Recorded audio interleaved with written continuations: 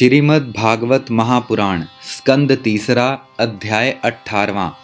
हिरण्याक्ष के साथ वराह भगवान का युद्ध। श्री मैत्रेय जी ने कहा, तात, वरुण जी की यह बात सुनकर वह मदोन्मत्त दैत्य बड़ा प्रसन्न हुआ।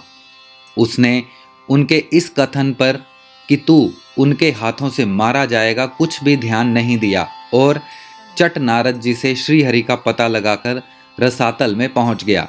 वहां उसने विश्व विजयी वराह भगवान को अपनी दाढ़ों की नोक पर पृथ्वी को ऊपर की ओर ले जाते हुए देखा। वे अपने लाल लाल चमकीले नेत्रों से उसके तेज को हर लेते थे।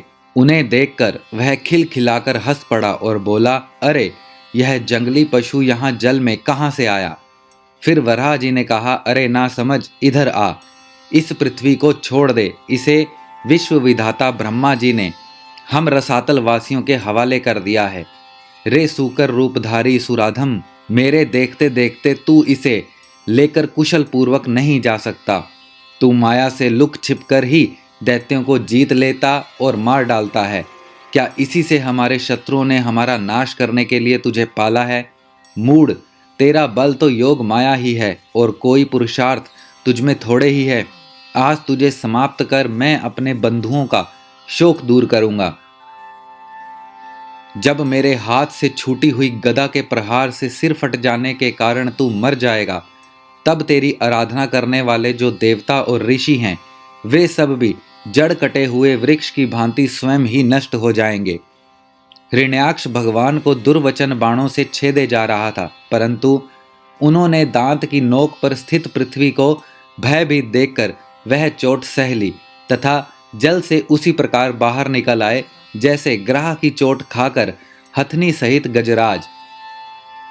जब उसकी चुनौती का कोई उत्तर ना देकर वे जल से बाहर आने लगे, तब ग्राह जैसे गज का पीछा करता है, उसी प्रकार पीले केश और तीखी दाढ़ों वाले उस दैत्य ने उनका पीछा किया तथा वज्र के समान कड़क कर वह कहने लगा, तुझे भागने में लज्जा नहीं आती?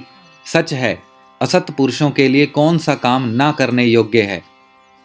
भगवान ने पृथ्वी को ले जाकर जल के ऊपर व्यवहार योग्य स्थान में स्थित कर दिया और उसमें अपनी आधार शक्ति का संचार किया।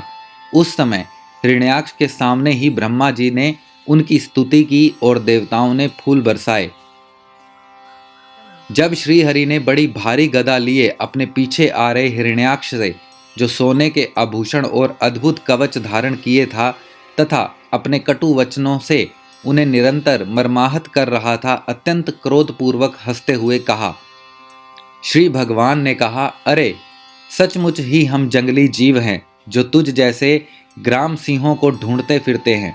दुष्ट वीर पुरुष तुझ जैसे मृत्युपाश में बंधे हुए अभागे जीव की आत्मश्लाघा पर ध्यान नहीं देते।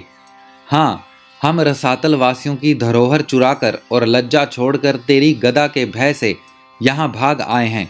हम में ऐसी समर्थ ही कहाँ कि तेरे जैसे अद्वितीय वीर के सामने युद्ध में ठहर सके। फिर भी हम जैसे तैसे तेरे सामने खड़े हैं। तुझ जैसे बलवानों से वैर बांधकर हम जा भी कहाँ सकते हैं।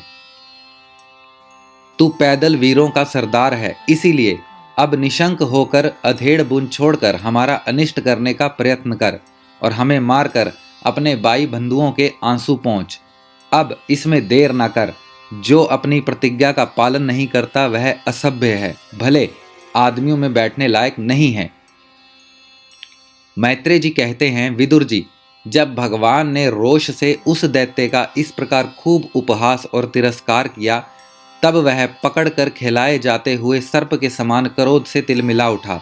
वह खींचकर लंबी लंबी सांसें लेने लगा। उसकी इंद्रियां क्रोध से शुद्ध हो उठी और उस दुष्ट दैत्य ने बड़े वेग से लपक कर भगवान पर गदा का प्रहार किया, किंतु भगवान ने अपनी छाती पर चलाई हुई शत्रु की गदा के प्रहार को कुछ टेढ़े होकर बचा लिया, ठीक वैसे ही जैसे योग सिद्ध पुरुष मृत्यु के आक्रमण से अपने को बचा लेता है। फिर जब वह क्रोध से होंठ चबाता अपनी गदा लेकर बार बार घुमाने लगा, तब श्रीहरि कुपित होकर बड़े वेग से उसकी ओर झपटे। सौम्य स्वभाव विदुर जी, जब प्रभु ने शत्रु की दाईं बाहों पर गदा की चोट की, किंतु गदा युद्ध में कुशल हिरण्याक्ष ने उसे बीच में ही अपनी गदा पर ले लिया। इस प्रकार श्रीहरि और हिरण्याक्ष एक दूसरे को जीतने की इच्छा से अत्यंत क्रुद्ध होकर आपस में अपनी भारी गदाओं से प्रहार करने लगे।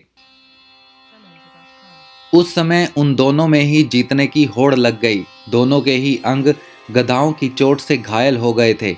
अपने अंगों के घावों से बहने वाले रुधिर की गंध से दोनों का ही क्रोध बढ़ रहा था और वे दोनों ही तरह तरह के पैंतरे बदल रहे थे। इस प्रकार गौ के लिए आपस में लड़ने वाले दो सांडों के समान उन दोनों में एक दूसरे को जीतने की इच्छा से बड़ा भयंकर युद्ध हुआ।